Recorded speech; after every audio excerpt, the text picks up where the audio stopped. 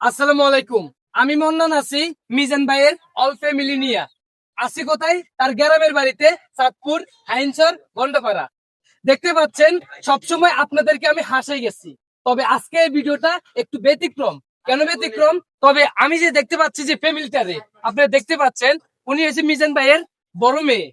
কেমন আছো? উনি হয়েছেন মিজান ভাইয়ের স্ত্রী। কেমন আছেন?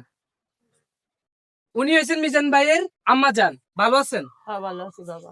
উনি হয়েছেন মিজান ভাইয়ের ছোট মেয়ে। ভালো আছো? উনি হয়েছেন মিজান ভাইয়ের মেজো মেয়ে। ভালো আছো?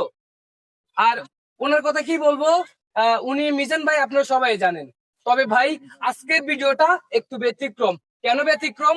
এই যে যে ফ্যামিলিটা দেখতে পাচ্ছেন না, ওই ফ্যামিলির চোখে কিছু কিছু দুঃখের যে আওয়াজটা, দুঃখের যে আকাঙ্ক্ষা, সেটা হয়তো আপনারা রীতিমতো দেখতে পাচ্ছেন, বুঝতে পারছেন ভাই।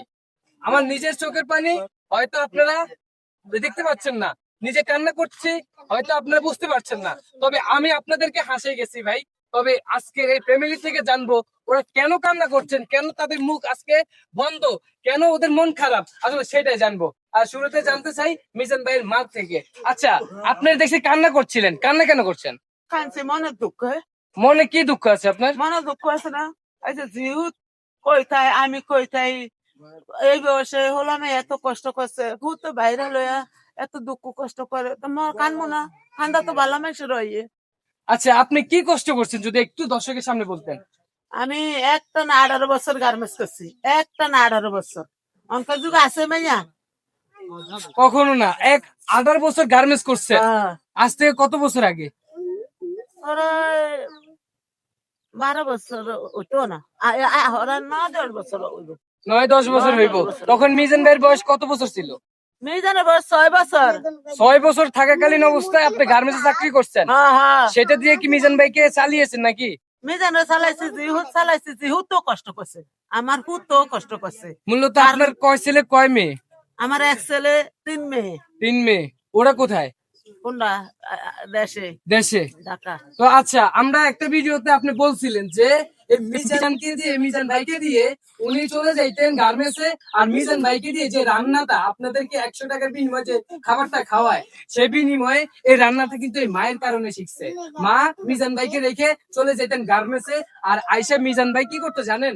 রান্না বান্না করে রাখতো মায়ের জন্য। রান্না বান্না করে রাখতো না ভাই? হ্যাঁ, রান্না বান্না করে। আপনি কি করছেন ছোটবেলা থাকতে একটু যদি বলতেন। ওই মায়ের হালিয়ে থুয়ে যাইতো গিয়া, ভাই বোন ছোট ছিল, নিজে ভাগ চাক করতাম বস্তির ভিতরে। তো হ্যাঁ তোরে শিখছি। আচ্ছা, আপনার জীবনে আচ্ছা ঢাকা যাওয়ার কারণটা যদি আমাদেরকে একটু বলতেন। আমি বাড়িতেই আসছিলাম বিয়ের শাদী কইরা, মায়ে যখন আমার থুয়ে আইছে, বোন তিনকা ঢাকা বিয়া দিছি। মায়ে কইছে যে চল আমি বাড়িতে থাও, আর কয়দিন না থাও, মন বস্তি মস্তি ভাঙিয়ে দিছে। ওরা এক পর্যায়ে বাড়িতে আইনা আমার বিয়ের শাদী করিয়ে দিছে। আমি 7-8 বছর বাড়িতে ছিলাম। বাড়ির থেকে খেত গৃহস্থী করছি, কাঁচামাল বেচছি, রিক্সা চালাইছি, গরু টরু বহুত হালছি, কিছু করছে আমার হচ্ছে। অনেক কিছু করছি বাড়ির থেকে। পরে এক পর্যায়ে আমাদের জায়গা জমিনের এই কাগজপাতি লিয়ে অনেক জায়গায় দূরে দূরে ঘুরতাম। দূরের মানুষ কইতো যে তোমার কাগজপাতি ঠিক আছে, তোমার ভালো লোক ধরতে হইব, তুমি চেষ্টা করো ভালো লোক ধরনের লেই। পরে কাঁচামাল থুয়ে রিক্সা চালাইছি আমাদের গ্রামের মোটা মোটা ফাটি ধরনের লিগা। হ্যাগো বাড়ির সামনে গিয়া রিক্সা লইয়া খারাইলে হেরা নাক মুখ খাইজি আরেক মিশাইয়া হইয়া যাইতো গিয়া, আমার রিক্সা আর উঠতো না। তো আমিও আবার মন টন খারাপ কইরা খেপ মারলে আটতাম, না হলে বাইতে উঠতাম। আমার কোনো সারা আমার গ্রামে আমি কোনো বিচার পাই না।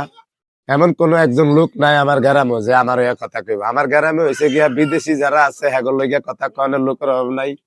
যে রিক্সা চালায়, দিন মজুরি আইনা খায়, হে হেগর লইয়া কথা কয় না এর লোক। কোনো দামই নেই। আমাদের গ্রামের নিয়ম হয়েছে পুলিশ প্রশাসনের দাম না থাকতে পারে, গ্রামের 7 জনের দাম বেশি।